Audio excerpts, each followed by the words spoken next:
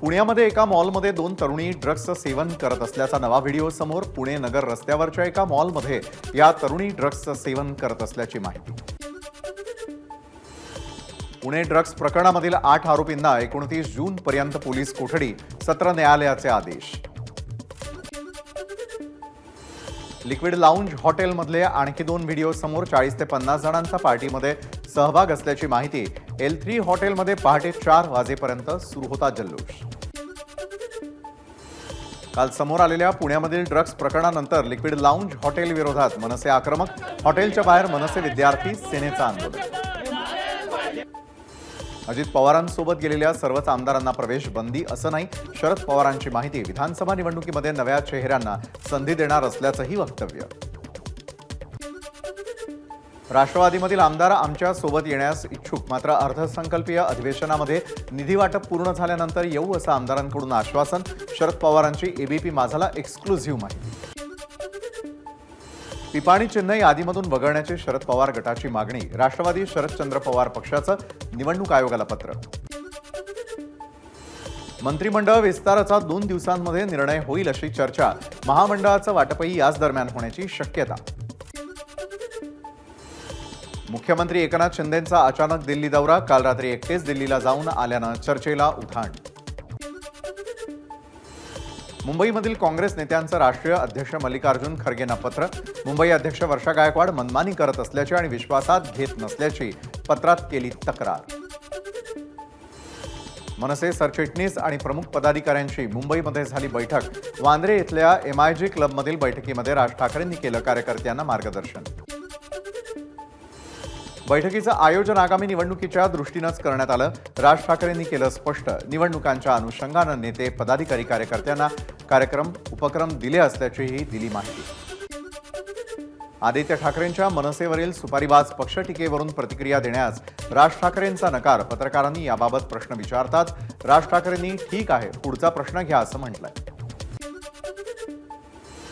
जातीपातीचं विष कालवणाऱ्यांना महाराष्ट्रानं दूर ठेवलं पाहिजे. जातीपातीमधील विष कालवलं तर उत्तर प्रदेश, बिहारसारखा हिंसाचार महाराष्ट्रामध्ये सुरू होईल.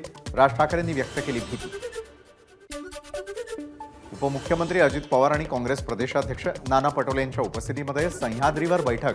गेल्या अधिवेशनामध्ये दिलेल्या आश्वासनासंदर्भात बैठक असल्याची माहिती. माकप नेत्यांनी घेतली काँग्रेस प्रदेश अध्यक्ष नाना पटोले यांची भेट. विधानसभा निवडणूक तयारी, राज्यातील शेतकरी, शेतमजूर आणि कामगार कर्मचाऱ्यांच्या प्रश्नांबाबत भेट घेतल्याची माहिती. नाशिक शिक्षक मतदारसंघातील राष्ट्रवादीच्या महेश भावसारांची उमेदवारी म्हणजे राजकीय खेळी. शिक्षक आमदार किशोर दराडेंची प्रतिक्रिया. विवेक कोल्हेंच्या आरोपांचंही दराडेंकडून खंडन. मनोज जरांगे यांचे माजी सहकारी डॉक्टर रमेश तारक यांना मराठा संघटनेच्या कार्यकर्त्यांनी फासलं काळं. मनोज जरांगे यांच्या उपोषणाला विरोध केल्यानं काळं फासण्यात आल्याचा तारक यांचा आरोप.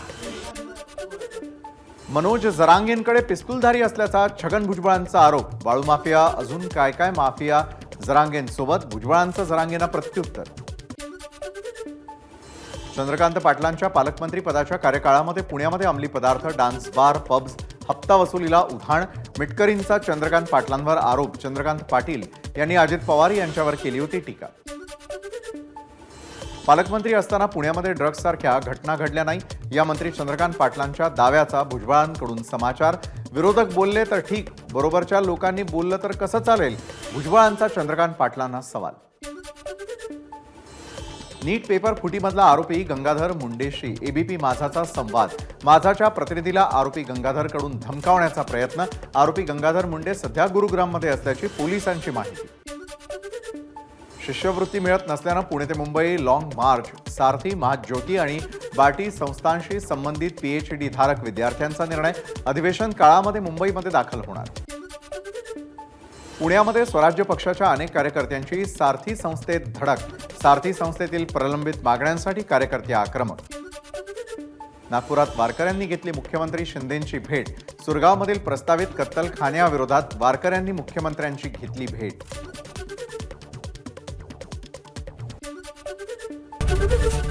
एबीपी माझा, उघडा डोळे बघा नीट.